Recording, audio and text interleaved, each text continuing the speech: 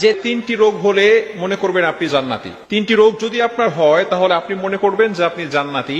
কারণ অনেক সময় দেখা যাচ্ছে যে আমরা রোগ হলে হতাশ হয়ে যাই, আমরা নিরাশ হয়ে যাই যে আল্লাহ পাক রব্বুল আলামিন শুধু আমাকেই দেখে, এত রোগ আমার, একের পর এক রোগ আসতেছে, একের পর এক অসুস্থতা বেড়েই যাচ্ছে।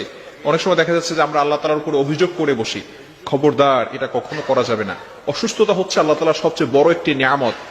অসুস্থতা মানে হচ্ছে যে পৃথিবীর ভিতরে কোটি কোটি মানুষ আছে, তারপরে আল্লাহ পাক রব্বুল আলামিন আপনাকে অসুস্থতা দিয়েছেন, মানে আপনার দিকে আল্লাহ তাআলা ফোকাস করেছেন। সুবহানাল্লাহ। অবশ্যই আপনাকে স্মরণ রাখতে হবে যে অসুস্থতা, বিপদ মানে হচ্ছে আল্লাহ পাক রব্বুল আলামিন আপনাকে খুশি হয়ে দিচ্ছেন।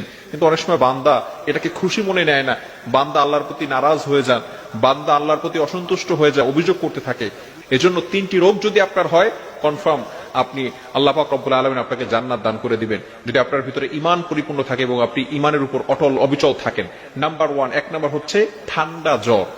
অনেক সময় আমাদের ঠান্ডা জ্বর হয় না?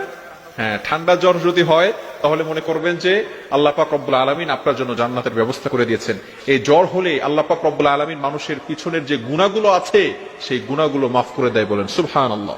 গফির লাহু মা তাকাদ্দামা মিন যামবি, আল্লাহ তাআলা এই জ্বরের মাধ্যমে তার পিছনের সকল গুনাহ খাতাগুলো মাফ করে দেয়, বলেন সুবহানাল্লাহ।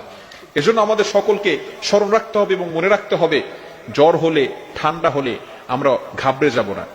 ঠান্ডা হবে, বেশি বেশি সর্দি হবে, সে কোনোদিন পাগল হবে না। সুবহানাল্লাহ। আল্লাহ পাক রব্বুল আলামিন কত বড় নিয়ামত এই অসুস্থতার ভিতরে দিয়েছেন।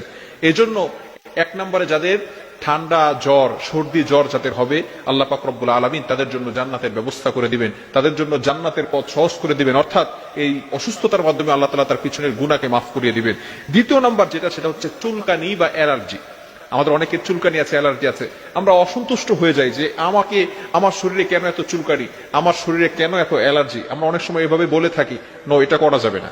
চুলকানি বা অ্যালার্জি হলে মনে করবেন যে আল্লাহ পাক রব্বুল আলামিন আপনাকে জান্নাতে যাওয়ার জন্য পথ সহজ করে দিচ্ছেন, অর্থাৎ আল্লাহ পাক রব্বুল আলামিন আপনাকে জান্নাতে দিবেন। যাদের চুলকানি বা অ্যালার্জি হয়, বর্তমান চিকিৎসা বিজ্ঞান বলছে যাদের অ্যালার্জি আছে অথবা চুলকানি আছে তাদের কখনো কুষ্ঠ রোগ হবে না। সুবহানাল্লাহ। শুধু তাই না, তাদের কখনো শ্বেত রোগ হবে না। সুবহানাল্লাহ। এজন্য চুলকানি, অ্যালার্জি যাদের থাকবে, আল্লাহ পাক রব্বুল আলামিন তাদের জন্য জান্নাতের ব্যবস্থা করে দিয়েছেন।